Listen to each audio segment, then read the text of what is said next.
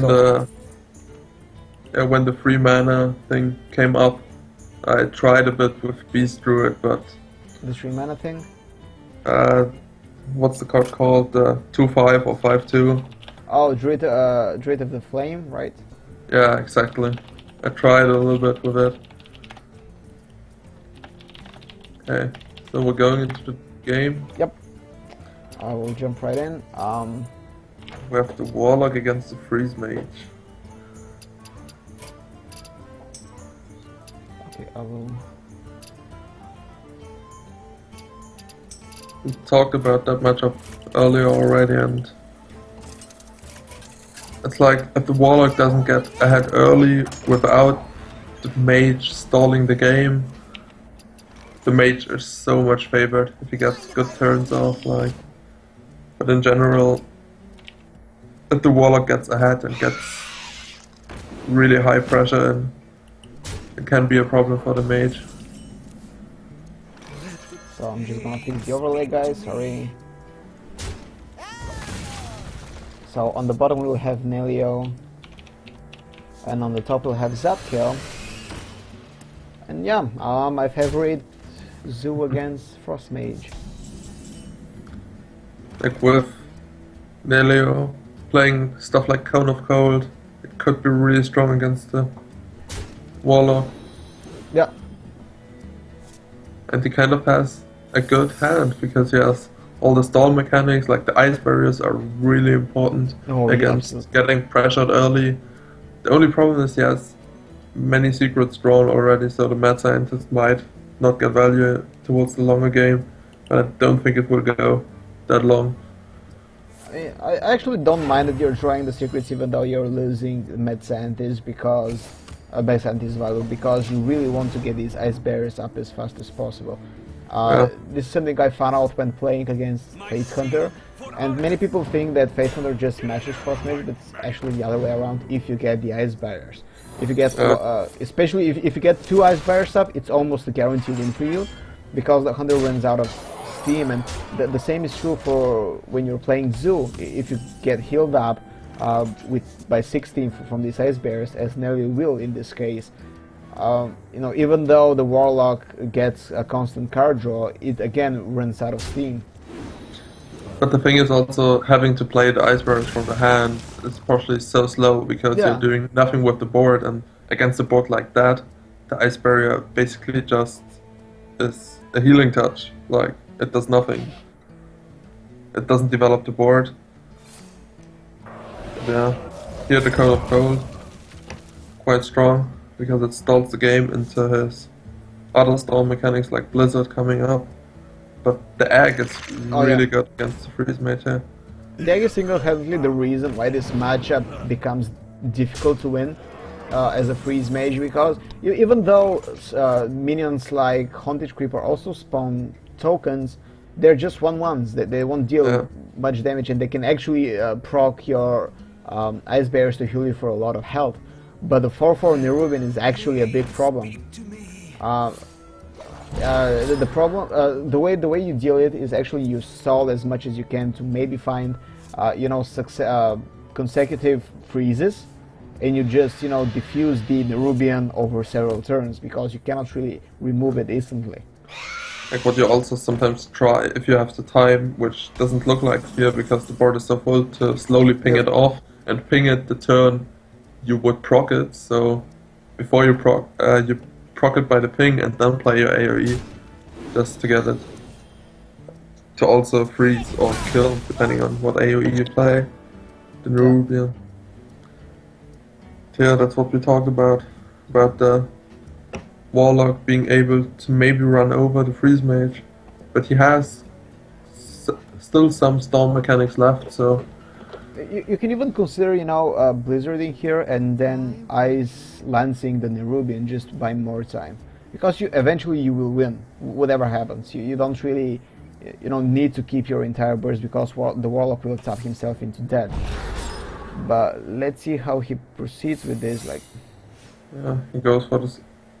In most cases, I don't like just using the Frost Nova to do nothing, but well, that's what he has to do here. Like, he has no other good plays. which can stall the game. Oh, second Rubian. Oh god, this is so painful. It's so strong against the freeze mage because he can't clear the board efficiently without playing into the Nerubians. I guess. Playing the Emperor is really greedy here, but I guess it's what he has to do, and he has to hope that Zadkiel wants to trade into the Emperor. Yeah, but he'll just trade with power overwhelming, and have a good trade out of it. Like he can, if he wants, he can still leave the eggs out there. I think you just leave them as eggs to. Yeah, it's really important. At this point, you don't want to proc them yourself. Yep. But you wait for your opponent to proc them because you basically counter all the AoE he has just by having the eggs on the board. Yep. I think also like keeping the implosion and something just to develop the board even further after it maybe gets cleared. So he keeps the pressure up with this play. But having to clear the Emperor there just gave the freeze mage more time.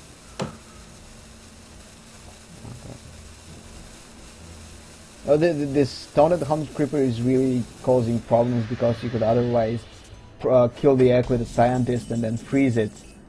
Yeah. He has to start doing this. He has to start freezing stuff. That should be the ice block up for him. There's at least something, and like he has to blizzard here, even though he takes like 10 damage after. I mean, there will be less damage left on the board. That's the mathematics, right? So you have to do it. It's like there's 12 damage on the board and 10 damage after. Yep. Because you'll ping one of these spiders, so it will be 9 damage, but still less. Yeah, again, there's a merit to considering Ice Lancing just to buy another turn from, a Rubian not attacking you. The thing is, at some point you have to proc it and go. Okay, so he's being super greedy and. He's basically going almost all in with this. There's. He has the other ice block in the hand. Yeah, again, exactly. Yeah, he has 2 turns, and he won't die on this turn at least, judging from the board. Like 3, 5, 6, 7, 8. So there's 8 damage on the board. He cannot really play another minion unless he trades, but he will, of course. Yeah. Kind of has to kill the Antonidas because I think he knows he's dead if he doesn't. Yeah, every time that the Antonidas stays for 1 additional turn, it's so much damage coming in. Like, he isn't on 24 HP, he is on 4 fireballs. Like, just the HP count. And that's what he has to care about. It's a really greedy play coming from the mage, but how many cards does he have? So he has 10 cards left, which is not really a lot. So there's a... how many fireballs are in there? At least one more, right? It is 1 more fireball, yeah. He has the other one in his hand. And he has 2 turns to find it, basically. 3 turns to use. But the greedy Antonidas play is really good from him. Like, it will really pay off with having the other ice block in the hand, and it's also cheaper because of the Emperor. Yep. He can fit in 2 fireballs plus an arcane intellect. Oh god! So the thing is, it doesn't do as much as just. Yeah, actually, you're right. It only does 9 damage, and 2 fireballs deal more damage. Isn't it a safe win if you now Alexstrasza him? The next turn you fireball, ice block, and the turn after you fireball again. Because you know his board is full, only Lofab could screw you over. Yeah. Like, I think that's the safe line of play, that he wins 100%, if your opponent doesn't have the low threat. Yeah, but if he has low theb, it's a problem. Then you still also have the Alexstrasza on board, and your opponent needs to find place No, to you play won't. the You low. won't have Alexstrasza on board because he will trade into it. That's what he has to do first, and then maybe he doesn't pop the block again, and you can, if he No. plays low threat now, so over the long term, he should be able to get this. Like, even if low threat would block one turn, as long as the block doesn't get popped in the same turn, low threat blocks you a turn, Yep. it's still a win. Because what I'm saying with this is, he can't pop the ice block, And play kill low Alexstrasza. threat, and kill Alexstrasza Yeah, in the all same at turn.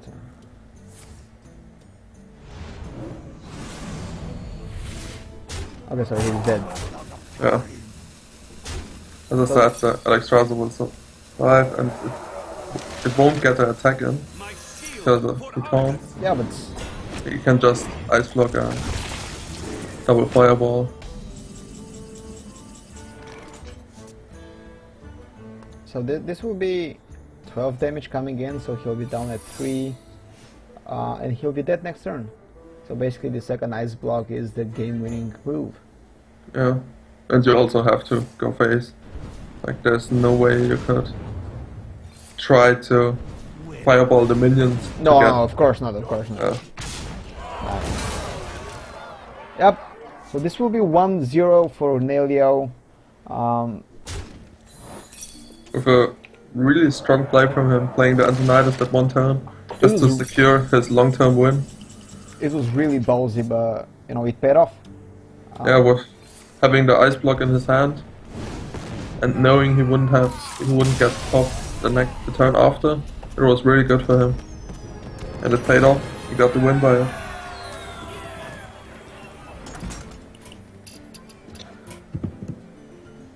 So with the mage gone, So Neilyo has Rock and Paladin left. I don't know what classes Zadkiel has. Hasn't let me know yet, but.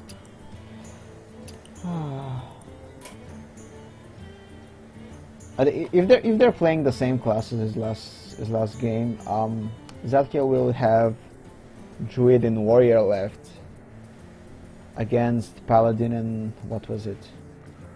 Against Paladin and Rogue. yeah.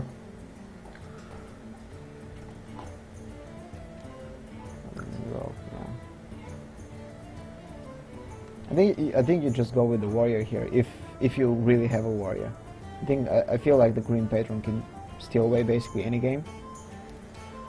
And you know the only real difficult match is actually the Frost Mage, which is gone now. I don't want to say it's completely in favor of the Frost Mage, but I'm still yet to lose to a Green Patron on ladder as a Frost Mage. Again, It really depends on your tech choices. Like on DreamHack stream, we also so often people arguing if this is still a favorite matchup for the Warrior, and like it depends on how you tech your Grim Patron. Like if you run Armor Smiths, that makes the matchup really strong, and you basically win it in every case. Yeah, Let's see. It really depends. Like if you take it more, let's say, draw intensive or more, defensive with armor smiths and stuff. I actually found that Frothing Berserker is super strong against mages as well, because there's not really an easy way to deal with them early on, and they can grow so big. So most of the time the mage will just frostbow it, and then he'll have to ping it again, just to not get damaged in the face. Now as we jump into the game, it's Rogue versus Warrior. So this will be 1-1, I guess, because the Warrior is really favored. But it's Patron Warrior, right? I guess it's still Warriors. Yeah, it should be, but it highly depends on. It's hard to say if they're still that favored. I think it's easier for the Rogue to deal with a Patron Warrior than a Control Oh yeah, Warrior. definitely. Like I mean, it was auto loss before. If you're playing just control against control warrior, you just cannot really burst him down. But Like it's your easier. Blade Flurry still clears his big patron. Oh, but not if so, you die to a big patron straight up. yeah.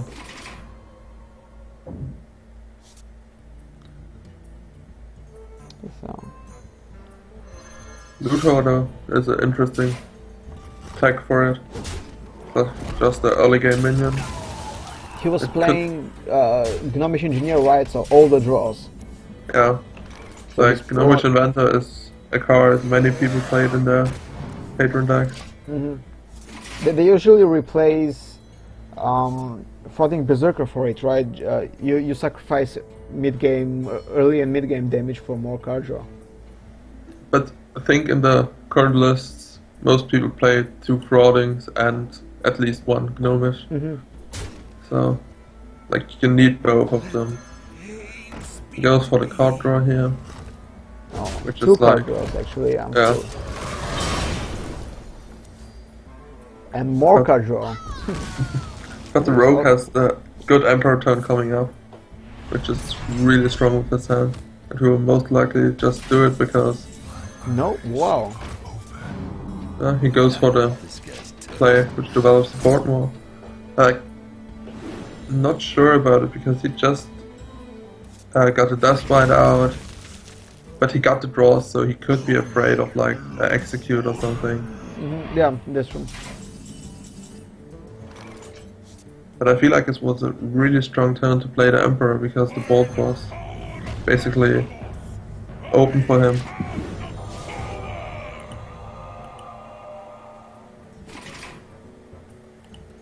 And when rogue spells become cheaper, that's so strong. Jesus Christ.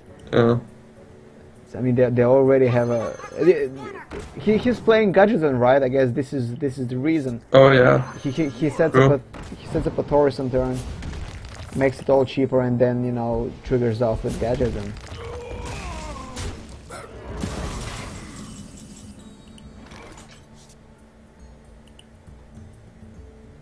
So do you just consider flurrying here? Clearing maybe not flurry into Fan of Knives or something like this. Oh, okay, he goes for the sprint turn. Just I guess you have to keep the flurry for the patron turn.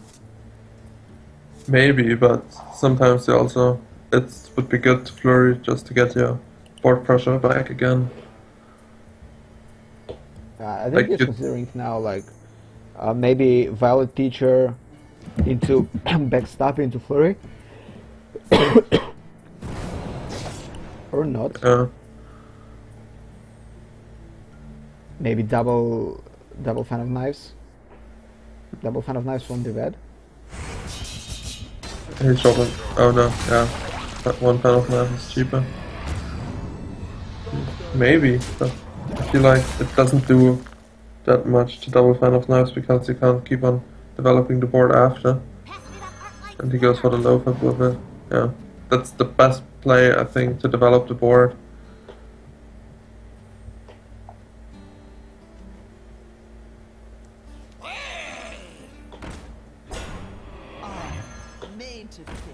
Goes for the Armorsmith with the unstable ghoul here.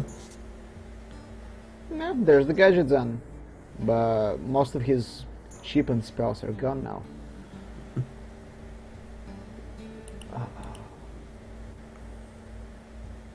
So what's your play here? Obviously you need to clear this board, right? You don't really want to have an Armorsmith on the board coming into a big green patron turn that will just immediately put you out of lethal, like so much armor will be generated basically. So Like the armor swap is a real problem for a rogue because often they only have limited amount of damage. okay, Which- he gets the sub. Now that might be something to consider, right? But it doesn't do that much, like... In general, in the Grim Patron deck, there are not many good zap targets. No.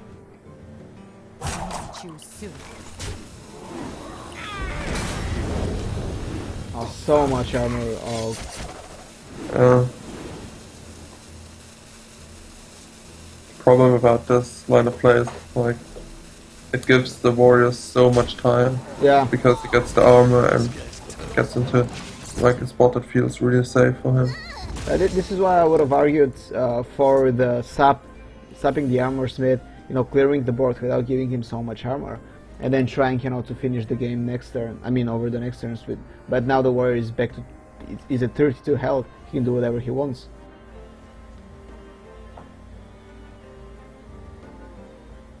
So, okay.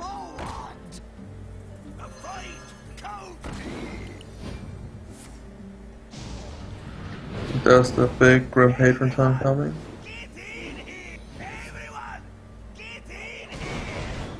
He clears the board, gets 2 extra patrons. That's probably the best, sound effect ever.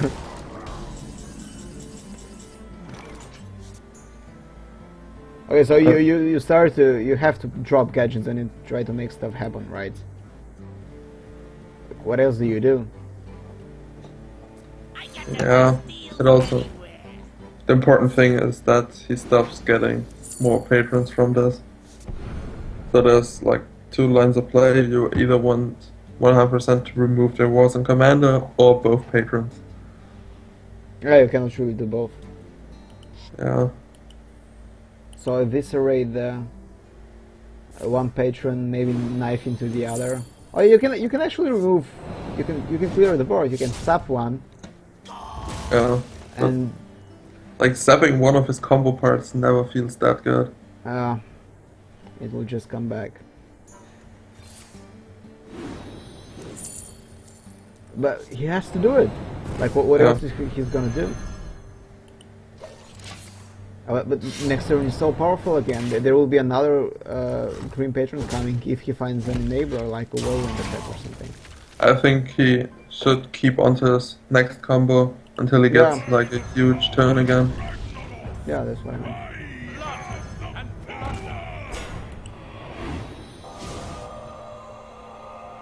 Everything getting cheaper.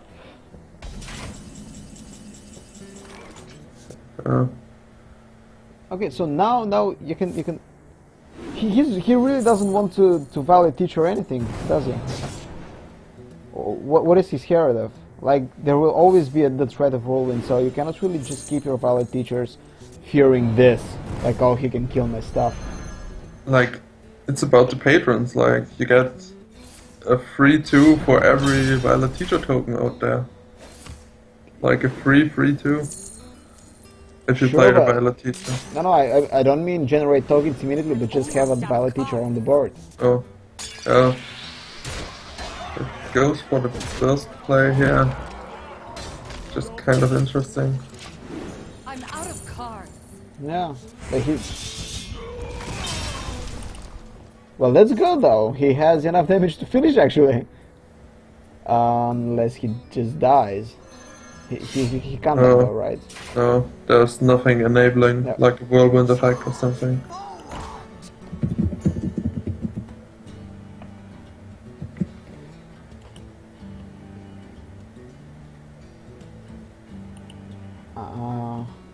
Okay, so he plays both Warsong Commanders and Falling Berserker, and then there's Red Corsair, and there's still not enough damage, right?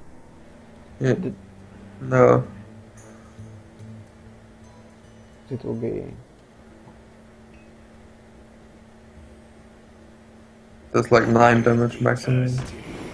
I know, both get charged by this.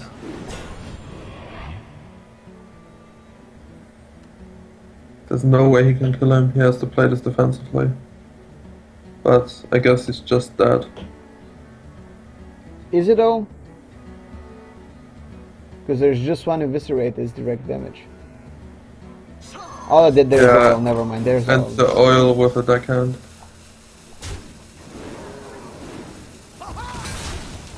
Okay. So he goes for the rather aggressive play, which could secure him lethal next turn if he wouldn't be there, but And he has to know that he's dead. The rock has his entire hand.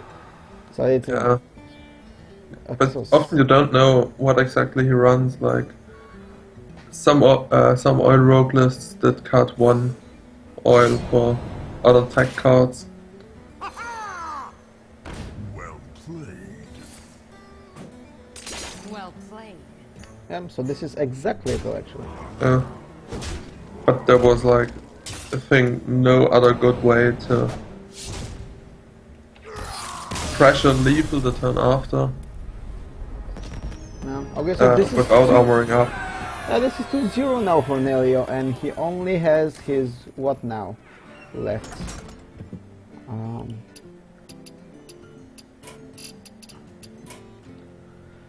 So he's only down to his to his paladin. So yeah, I guess the guys are sticking to the same classes basically. And it will be paladin against either of warlock, druid, and warrior. So what do you play here?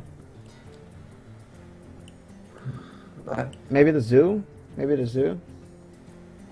Yeah, like none of those matchups is like great. Yeah. So you like none of the matchups gives you like a free win or a secure win. So because that's the deck you would try to start with, just to get that win out of the way as fast as you can. So and maybe scout more of the deck. So if it was me, I would go for the zoo here, and because I feel like if you get a strong start and the paladin doesn't get his goods, the chow and into mini bot openings, it can really snowball into victory from there. But let's see. Wait, what? There you go. I thought they. What?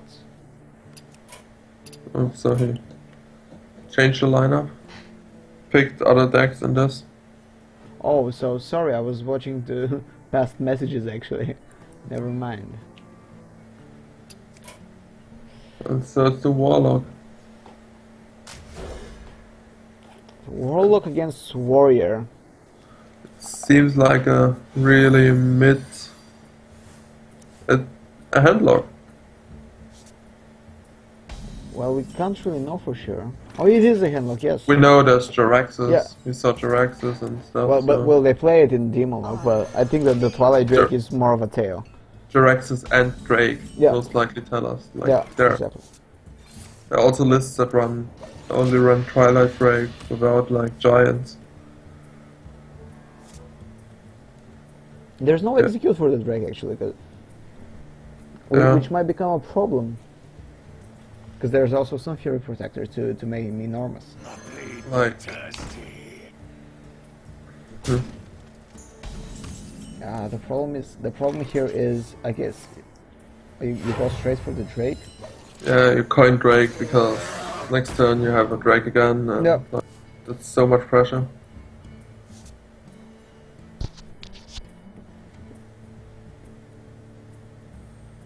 And handlock is generally really favored in this matchup. Yeah, absolutely.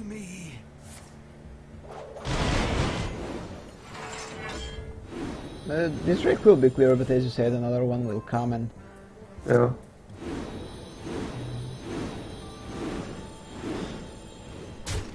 Okay, so he doesn't go for the clear for now.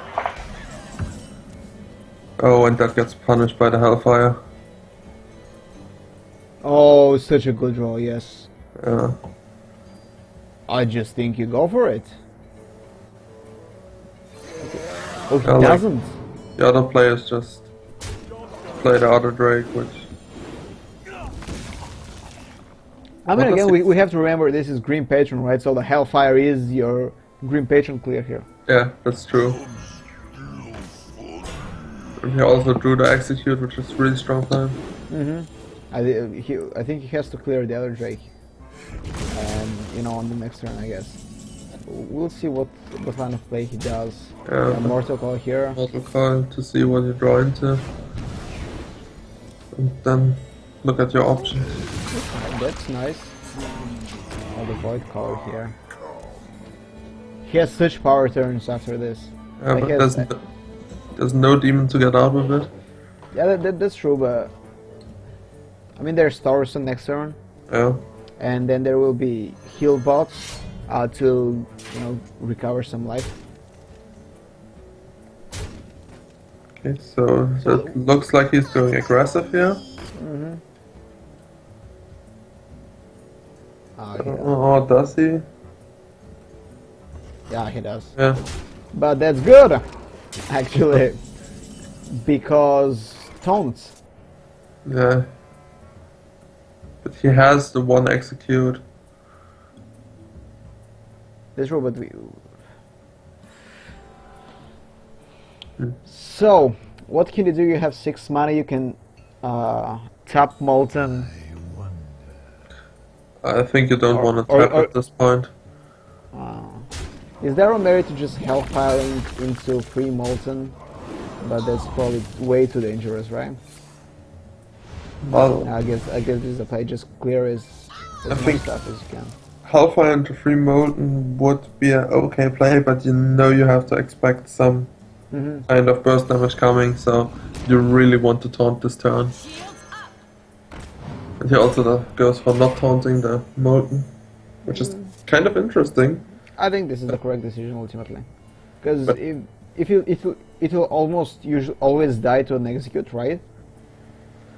You cannot really clear it in any other way, and you won't ever attack into it. So Effectively, he would be almost dead to a frauding Berserker with Was on Commander, though. Like, yeah, he would. Okay, he would survive with. yeah, but you already saw one Floating Berserker, so you can actually afford to make this a bit of a greedy play, I guess. There's also your last taunter, but you have the heal bot to bounce back into the game here. Yep. I And guess it the was an warrior okay actually doesn't decision. doesn't have patrons at all, which is a problem. And he Yeah. only got one acolyte for and one loot holder for draw, right? So he didn't really get that much draw engines as well. Still You have like 17 cards. execute the giant here, which basically means you don't go for the burst game, but more like not stalling the game now. You also get the free Dread Corsair here.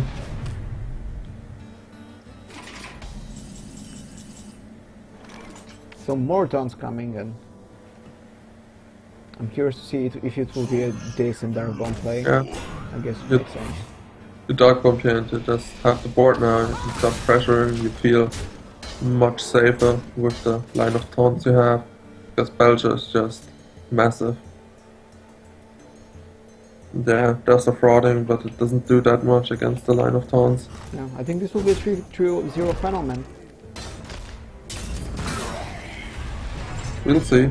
There's might still, with the Taskmaster in hand, there might still be a big patron turn coming. Like, imagine he draws patron now, and on turn 10 he goes for Taskmaster, Commander, and Yeah. that basically clears the Belcher and gives him minimum 2 other patrons, and he can, like, a huge patron turn could really bounce him back into the game. What I don't like is the Taurus in here. Like, being a more passive player myself, I would prefer the heal bot just to be more safe. Because as I said, if there's a big turn coming up, it can really become dangerous if you're just at 10 HP. Like, still behind the Belcher, you feel quite safe, and No, I mean the Death Bite clears it, that right? should be lethal. Is it lethal? Because your Cruel gets charged and kills the second slime, and you get 6 HP from the Whirlwind. That's exactly Oh, lethal yeah. for him. Wow. Oh, 1 overkill because of the Taskmaster. Even more overkill actually. Oh, yeah. Okay, so this is 2-1 now. Zadkiel is on the scoreboard. So, not playing the heal bot was the mistake here. Yeah. I am super against greedy plays usually as a player, and as a spectator, I guess. I just want to see more safe play, because like Why are you being greedy as a handlock? You already established board control and you only need to live a few more turns. Like, you need to find the small Ganes that will make you safe against the green parchment attack. So, while the Torison doesn't really do that much, you're already at 10 mana. I just don't see the play. But this will be a handlock versus Zoo. How does this matchup go? It is really dependent on if first the Zulok gets his early pressure out, and if the handlock gets his AoE clear, and if he gets stabilizing cards like the Molten Giant he has. Like, the handlock has a really good hand here, Yeah. with the Hellfire and the Molten Giant, which are like the key cards to bounce him back into the game. I saw. He also plays the Watcher here. He can owl it after, just to get extra pressure out. Or just stun it. Yeah, I guess he will go for the owl. Yeah. I've actually seen several players, particularly Life Coach, actually keeping the Molten Giant in hand against aggressive decks just because they know how swingy they can be. That's exactly what you do with the handlock against any aggro deck. And he knows it is the Zulok, so he has to go for it. Like, keeping the Molten is really good here. If you taunt up your Molten into a big board, it will stick around, and Yeah. there's the next Hellfire, which is a good draw. I don't think it's quite time to use it yet. No. I mean, you can easily clear here with Yeah. Bomb and Coil. Problem is you don't have a good turn. But there's even more board clear. So even like something like Dr. Boom will not be a problem because you can. The thing is, the Loafer contests the upcoming Belcher play really well. It does, but at the same time it wounds him kinda, so it puts him into Hellfire range. Okay, he goes for the Drake here, which might also give him a good Molten Giant turn next. Like, if he goes face here, he gets punished by Molten Shadow Flame. Yeah, this is definitely a Molten Giant Shadow Flame turn. Then you have 3 more mana, you can even taunt your Drake. Yeah, it's most likely what he will go for. And And you hope the bombs don't put you down to 1 HP, and you should be able to stabilize from this point on.